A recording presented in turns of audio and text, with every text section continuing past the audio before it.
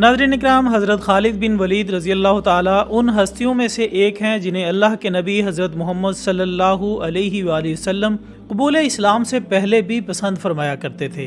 हालांकि ये वो इंसान थे जिन्होंने इस्लाम कबूल करने से पहले जंग ओहद में मुसलमानों का शदीद जानी व माली नुकसान किया था। 70 सहाबा इकराम रज़ी अल्लाह ताला अलैहिम अजमाइन को शहीद किया, जबकि मुसलमानों को ओहद की पहाड़ी की तरफ वापस जाना पड़ा और इसी अफरा तफरी में हज़रत हमज़ा रज़ी अल्लाह ताला अन्हो भी शहीद हो गए। लेकिन इसके बावजूद आप सल्लल्लाहु अलैहि वसल्लम के सामने जब भी हज़रत खालिद बिन वलीद रज़ी अल्लाह ताला अन्हो की तारीफ़ की जाती तो आप सल्लल्लाहु अलैहि वसल्लम फरमाते कि जो खुसूसियात हज़रत खालिद बिन वलीद में हैं वो जिस शख्स में भी होंगी वो ज़रूर इस्लाम कबूल करेगा। जिस तरह आप सल्लल्लाहु अलैहि वसल्लम ने सैयदना उमर बिन ख़त्ताब रज़ी अल्लाह ताला अन्हो के बारे में कबूल इस्लाम की दुआ फरमाई थी, इसी तरह हज़रत खालिद बिन वलीद रज़ी अल्लाह ताला अन्हो के बारे में भी हुज़ूर अकरम सल्लल्लाहु अलैहि वसल्लम की ख्वाहिश थी कि वो भी इस्लाम कबूल कर लें। दोस्तों, ये रसूलुल्लाह सल्लल्लाहु अलैहि वसल्लम की ख्वाहिश थी तो कैसे मुमकिन था कि इसे अल्लाह अज़्ज़ व जल की तरफ से पाया तकमील ना पहुँचाया जाता। चुनांचे सन 8 हिजरी में फ़तह मक्का से पहले आप सल्लल्लाहु अलैहि वसल्लम ने सहाबा कराम से फरमाया कि जाओ और खालिद बिन वलीद को ये पैगाम दो कि उन जैसा ज़हीन और बहादुर शख्स कैसे इस्लाम की हकानियत को नहीं पहचान पा रहा। जब ये पैगाम हज़रत खालिद बिन वलीद रज़ी अल्लाह ताला अन्हो को मिला तो वो बहुत मुतासिर हुए कि इनका ऐसा दुश्मन इनकी तारीफ़ कर रहा है जिनका वो बहुत ज़्यादा नुकसान कर चुके हैं।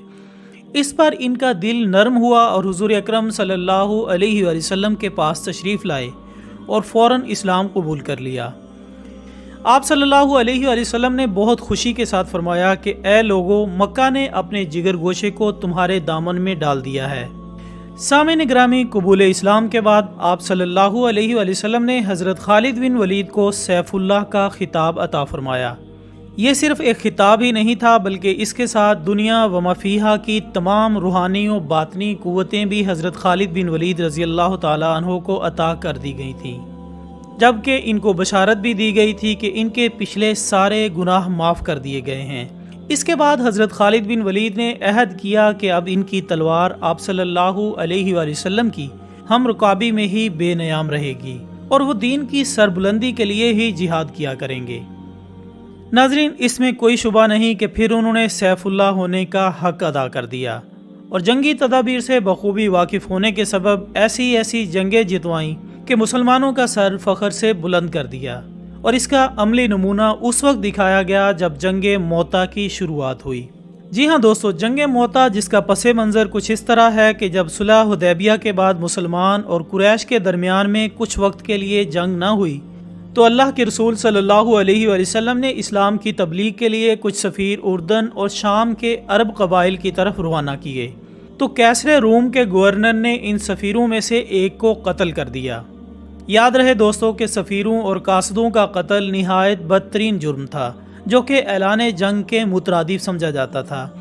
लिहाजा इस कत्ल के बाद आप सल्लल्लाहु अलैहि वसल्लम पर यह बात निहायत गिरां गुजरी और इन कबाइल की सरकोबी के लिए हुज़ूर अकरम सल्लल्लाहु अलैहि वसल्लम ने 3000 की एक फ़ौज तैयार करके मगरबी उर्दन की तरफ रवाना की, जो कि इस्लामी तारीख़ का सबसे बड़ा लश्कर था।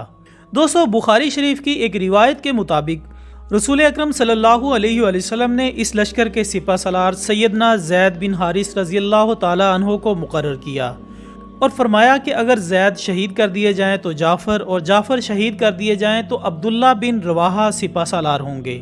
आप सल्लल्लाहु अलैहि वसल्लम ने लश्कर के लिए सफ़ेद परचम बांधा और इसे ज़ैद बिन हारिस रज़ी अल्लाह ताला अन्हो के हवाले कर दिया, जबकि इस लश्कर को आप सल्लल्लाहु अलैहि वसल्लम ने यह वसीयत फरमाई कि जिस मुकाम पर हारिस बिन उमैर रज़ी अल्लाह ताला अन्हो शहीद किए गए थे वहाँ पहुँचकर इस मुकाम के बाशिंदों को इस्लाम की दावत दें। अगर वो इस्लाम कबूल कर लें तो बेहतर, वरना अल्लाह से मदद मांगें और लड़ाई शुरू कर दें। आपने फरमाया कि अल्लाह के नाम से अल्लाह की राह में अल्लाह के साथ कुफर करने वालों से गज़वा करो और देखो बदअहदी न करना, ख़यानत न करना। जबकि दूसरी तरफ से हरकुल की क़यादत में 1 लाख रूमी और 1 लाख अरब कबाइल पर मुश्तमिल फ़ौज भी तैयार हुई जो कि हर तरह के हथियारों से लैस थी। जब मुसलमान मोता के मुकाम पहुँचे और दुश्मनों की तादाद का पता चला تو انہوں نے پہلے سوچا کہ مدینہ سے مزید لشکر آنے کا انتظار کیا جائے، مگر حضرت عبداللہ بن رواحہ نے اسلامی فوج کی ہمت افزائی کی اور اسلامی فوج نے پیش قدمی جاری رکھتے ہوئے جنگ شروع کر دی۔ جنگ شروع ہوئی تو حضرت زید بن حارث رضی اللہ تعالیٰ عنہ نے بڑی بہادری کے ساتھ لڑائی کی۔ رومی افواج تجربہ کار تھی، انہوں نے زید بن حارث رضی اللہ تعالیٰ عنہ کو نیزوں کی مدد سے زمین پر گرا کر شہید کر دیا۔ پھر حضرت جعفر طیار رضی اللہ تعالیٰ عنہ نے جھنڈا سنبھال کر اسلامی افواج کی قیادت کی، مگر جب وہ بھی گھیرے میں آ گئے اور محسوس کر لیا کہ اب شہادت قسمت میں لکھی ہے تو اپنا گھوڑا خالی کر دیا اور پیدل ہی نہایت خون ریز جنگ میں حصہ لیا۔ آپ کے جسم پر 80 زخم لگے اور اس دوران آپ کے دونوں ہاتھ بھی کٹ گئے اور وہ شہید ہو گئے۔ ان کے بعد حضرت عبداللہ بن رواحہ نے علم سنبھالا اور رومی افواج کے مرکز میں زبردست حملہ کیا۔ شدید لڑائی کرنے کے بعد وہ بھی شہید ہو گئے۔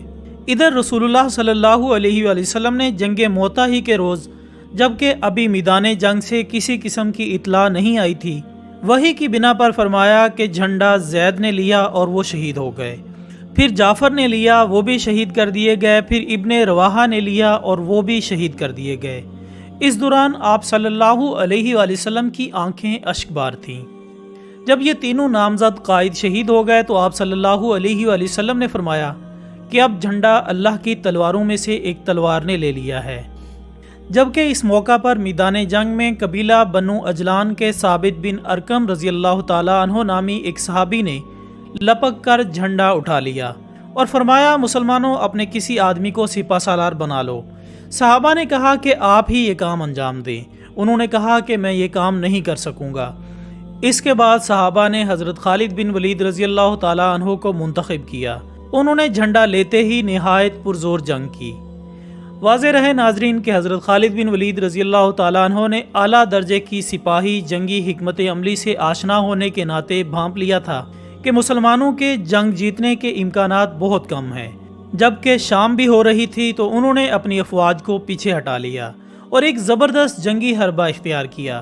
انہوں نے بے شمار سپاہیوں کو پہاڑ کی اوٹ میں بھیج دیا اور ان سے کہا کہ اگلی صبح نئے لشکروں کے انداز کے ساتھ گرد و غبار اڑاتے ہوئے پیچھے سے اسلامی فوج میں شامل ہو جائیں۔ اس تدبیر سے رومی یہ سمجھے کہ مدینہ سے مسلمانوں کے لیے نئی امداد آ گئی ہے۔ رومیوں نے اپنی فوج کو پیچھے ہٹا لیا اور جنگ رک گئی۔ اس طرح دونوں افواج واپس چلی گئیں اور مسلمانوں کو 2 لاکھ کی رومی افواج سے بچا کر مدینہ واپس لایا گیا۔ دوستو، جنگ موتا کی روایات میں بڑا اختلاف ہے کہ اس جنگ میں کس کو شکست ہوئی اور کون فتح یاب ہوئے۔